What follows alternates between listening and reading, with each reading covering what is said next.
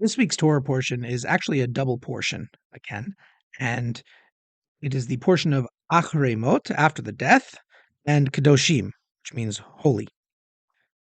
And there's an old joke that we learn from here that we should only say good things about a person after they pass away, because we learn from this week's Torah portion, it's Achrei Mot, Kedoshim. After the death, they're holy. But what is the death that we're talking about here? It's the death of Aaron's sons. It says after the death of Aaron's sons, and then there's given a few laws on how to behave in the temple. Because what happened is Aaron's sons, Nadav and Avihu, they went into the Holy of Holies, and it says they offered a strange fire, they offered an incense offering, and really only the high priest goes into the Kodesh HaKadoshim, goes into the Holy of Holies, and that's only on Yom Kippur. And so they did something that was inappropriate, and they passed away. And Hasidic thought delves into this story to see what really was going on here. I mean, they're Aaron's sons. They're raised in the priesthood. They went through the inauguration. They know the rules. They know what's going on. Why would they do such a thing? And it's explained that really what they wanted to do was come close to God. They had this desire, this yearning within them to come close to godliness. And so they felt the best way to do that is to go into the Kodesh HaKadoshim, into the Holy of Holies, and make an offering to God.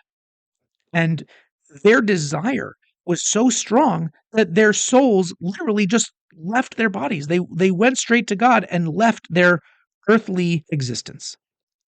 Now, what is the problem? Seemingly, you want to say, oh, well, it's a good thing. They want to come close to God. But obviously, God put us down here in this world, in a body, in a physical world, to do physical things. So we can't let our desire for spirituality completely overtake our physical existence to the point where we expire and just become spiritual beings. We have to find a way to channel that desire and that yearning and that love for godliness and spirituality. We have to channel it back into this world, into our physical existence, where we take the physical world and purify it and elevate it and make it into something holy. Like we say in the second portion, Kadoshim to you should be holy. What is holiness? In a certain sense, it is a separateness where we separate things in holy and not holy, but it's not to separate things to a point where it's just spirituality. No, we want to infuse the physicality with the spirituality. And so we learn something from the death of Nadav and Avihu, of Aaron's sons.